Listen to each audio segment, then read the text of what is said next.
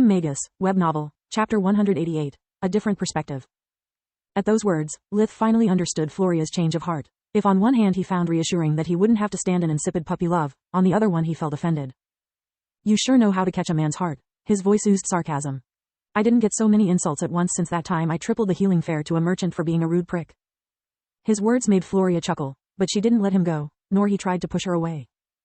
I didn't insult you, I just stated the truth. I dare you to deny any of the above. Well, yeah, all the more reason why you shouldn't consider me boyfriend material, especially after hearing my story. Despite being only 12, I'm already a broken mess. If you want to have fun, you can have much better. That's not true. She held him even tighter, like she was trying to console him. First, you are not my boyfriend. We have a lot of time to know each other better. Let's use it wisely. Second, you are my best friend in the academy for more than one reason. Under that cynical shell, you are kind and caring. No matter how many times we stumbled and fell, you were always there, extending your hand to help us get back up. You even did it during the mock exam, after we treated you like CR*P and almost dragged you down with us. You made a great impression on me back then. That's why I joined your group later. Aside from Solis and his family, no one had ever said such kind words to Lith. I would be moved if she wasn't entirely wrong, he thought. I helped them only because I understood the exam's true goal and had to deceive them since I knew we were being observed. She's just like Kyla, seeing someone that's not me. No, she is not, Solis objected.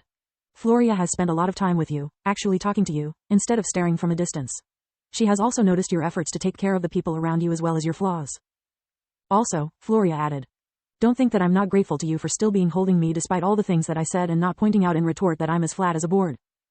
Lith feared she was actually fishing for compliments, but Floria started laughing at her own joke and he merrily joined her.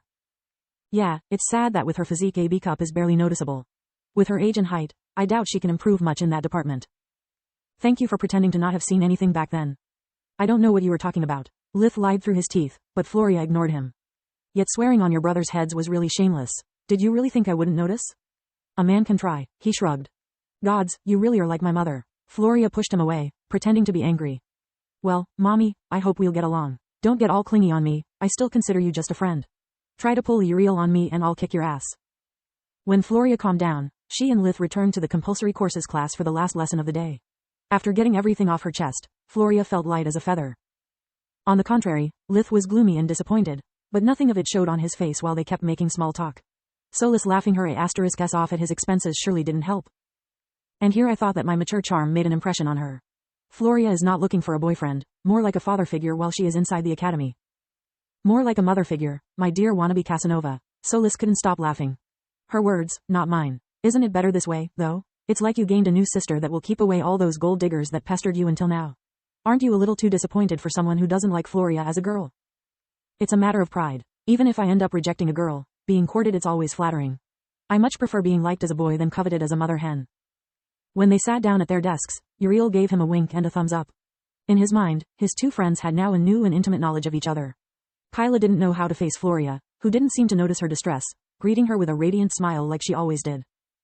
I'm sorry little one, Floria thought, but you are still 12. You have 4 years before having to decide what to do with your life and you'll probably end up working in a safe environment, like the academy or a great hospital. I have a little more than a year for crossing off as many things as I can from my bucket list.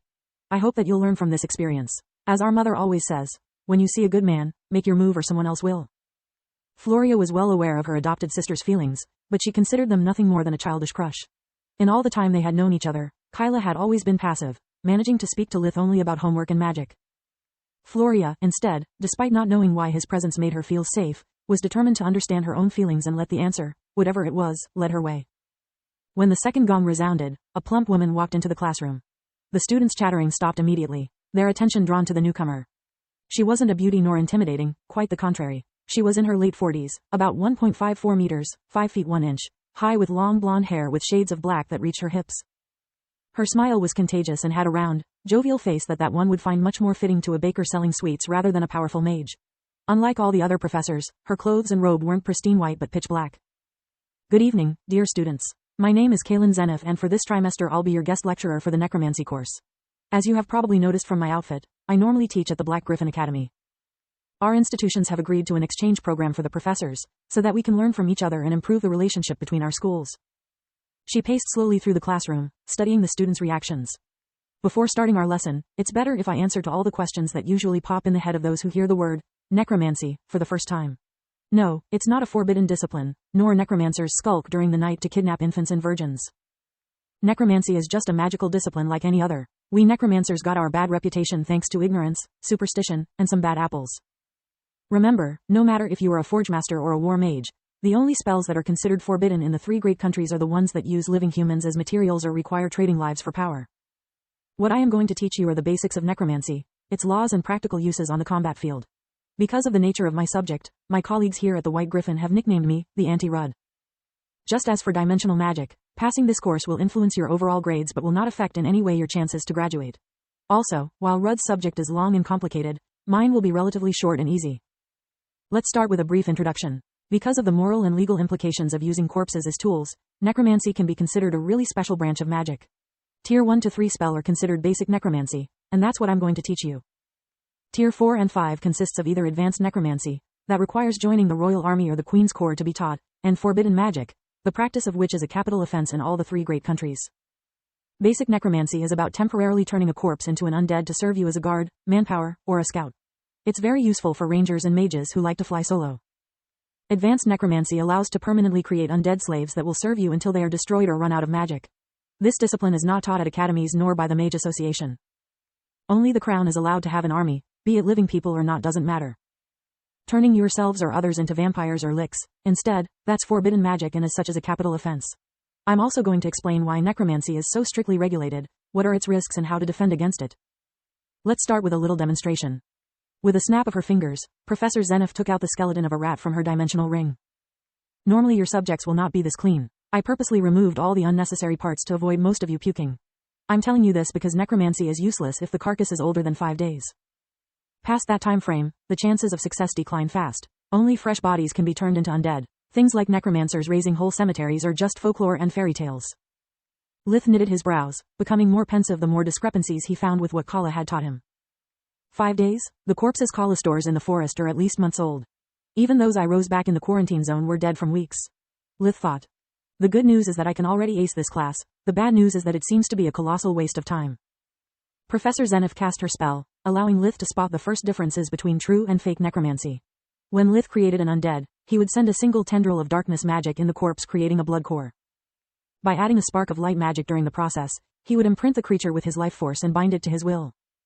The professor, instead, had created a dense fog of dark energy that was going in and out the rat's skeleton, like it was looking for something. In a few seconds, the fog was completely absorbed by the bones and a red light shone from the empty eye sockets. Before the process was completed, Zenith executed a second spell that left a glowing mark on the creature's head. The class gasped while the undead stretched its limbs, producing an oddly amusing rattling sound. This is what is considered a success. The professor sent the rat doing a round of the class with a simple wave of her hand. As you can see, the creature is perfectly functional and obeys to my every command. Unlike all the other disciplines you have studied before, necromancy isn't as simple as point and shoot. It involves willpower and the use of multiple elements even at its first tier. A second snap of her fingers produced a metal cage containing a second rat skeleton. She repeated the darkness spell, but this time she didn't perform the light one. The new undead went into a frenzy, clashing against the bars with all its strength, trying to reach Zenith. This, instead, is an aberration. It happens when due to the magician incompetence or lack of willpower the creature is allowed to go on a rampage. Usually its first victim is the necromancer itself. While she spoke, the undead kept emitting a shrill sound that resembled the cry of a child. It charged against the bars over and over, until bone bits started to fall on the teacher's desk. Creating and controlling an undead require focus. The stronger your creation, the harder it will be to control. Bit more than you can chew either by sheer power or numbers, and that's what happens. She pointed at the cage. Back in my day, when necromancy was taught during the first year, a lot of students died by the paws of these little monsters that they kept as pets. A familiar-looking girl raised her hand. What's on your mind, miss? Lady Myrna Craddock. She gave the professor a deep bow. Why someone should want such a thing? Myrna couldn't stop turning her head to keep watch on both the undead rats. Excellent question, Lady Craddock. The answer is, for power and control. It was a way to show off one's talent and have loyal bodyguards 24/7. Bullying makes the undead much more appealing than the living. Zenith sighed. The professor closed her eyes, taking deep breaths. Suddenly, the first undead ran towards Myrna. It jumped on her desk and said. Also, mostly because of this,